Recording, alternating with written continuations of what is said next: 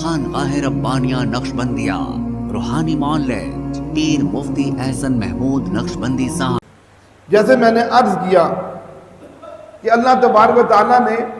نبیوں سے قربانی کا سلسلہ شروع کر کے میرے اور آپ کے نبی امام الانبیاء صلی اللہ علیہ وسلم سے قربانی لی، اور آپ صلی اللہ علیہ وسلم نے جو قربانی دی اور دین کے لیے تکلیفیں برداشت کی، فرمایا اس سے زیادہ کسی نے برداشت نہیں کی۔ روایات میں آتا ہے اما عائشہ صدیقہ رضی اللہ تعالیٰ عنہ فرماتی ہیں محبوب کبریا صلی اللہ علیہ وسلم سے، حضور آپ یہ فرما دیجئے کہ آپ کو اللہ کے راستے میں اللہ کے دین کے لیے جو تکلیفیں آپ نے اٹھائی، کیا آپ نے احد سے زیادہ بھی کوئی تکلیف اٹھائی؟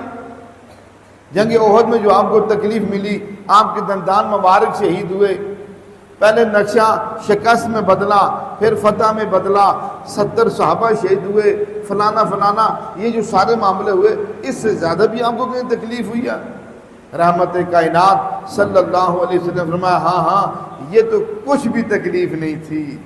جو اب تو میں بیان کرنے لگا ہوں یہ تکلیف مجھے نہیں بھولتی۔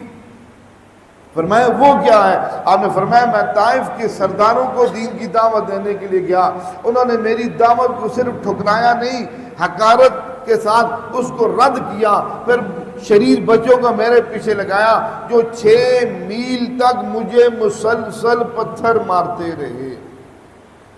ان کے پتھروں سے پتھر میرے جسم نبوت پر لگ کر اس سے خون اتنا بہا کہ پاؤں کے اندر جوتا بھی اس خون سے جم گیا۔ آپ تصور کر سکتے ہیں؟ ہمیں آج اونچی بات کے برداشت نہیں کر سکتے، وہ گالی دے دین کے لیے برداشت نہیں کر سکتے، وہ دین کے لیے دھکا دے برداشت نہیں کر سکتے۔ کائنات کے پیغمبر صلی اللہ علیہ وسلم نے اتنی شدید اذیت کس کے لیے؟ اللہ کے دین کے لیے برداشت کی۔ فرمایا پھر مجھے جب ان سے کچھ افاقہ ہوا، میں آگ ایک جگہ بیٹھا، یعنی باغ کے اندر آپ صلی اللہ علیہ وسلم بیٹھے، اور میرے پر بادل آیا، بادل سے جبرائیل علیہ السلام کی آواز آئی اور فرمایا حضور میرے ساتھ پہاڑوں کا فرشتہ ہے، یہ جو دائیں بائیں دونوں پہاڑ ہیں، حکم کیجئے فرشتے کو، یہ ان کے درمیان اس پوری قوم کو مٹا کر رکھ دے گا۔ حضور پاک صلی اللہ علیہ وسلم سے وہ فرشتہ مخاطب ہوتا ہے، جنہوں نے یہ منظر دیکھا نا ان کو یہ بات سمجھ آ جائے گی۔ بالکل جو طائف کا جہاں آپ صلی اللہ علیہ وسلم نے جس باغ میں آرام فرمایا تھا نا، ان سے چھٹکارا جب ہوا تھا تو دونوں طرف پہاڑ ہیں، ادھر بھی پہاڑ ہیں، اور اس طرح پہاڑوں کو اشارہ کے دونوں آپس میں یوں مل جائیں اور یہ سارے کے سارے سردار اور ساری قوم ختم ہو جائے۔ تو حضور پاک صلی اللہ علیہ وسلم سے جب پہاڑوں کا فرشتہ مخاطب ہوا، آپ نے فرمایا نہیں میں بالکل نہیں، میں اللہ کی ذات سے امید رکھتا ہوں ان کی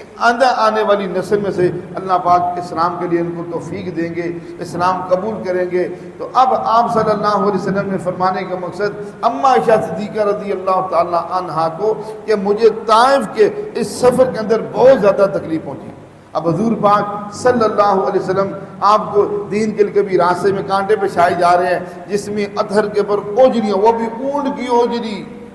ہم نے بیلوں کی تو اوجریاں دیکھی ہوئی ہیں نا، قربانی کے موقع پر اتنی بڑی اوجری ہوتی ہے، اب اونٹ کی اوجری کا تصور کریں، اور وہ بھی سجدے کی حالت میں۔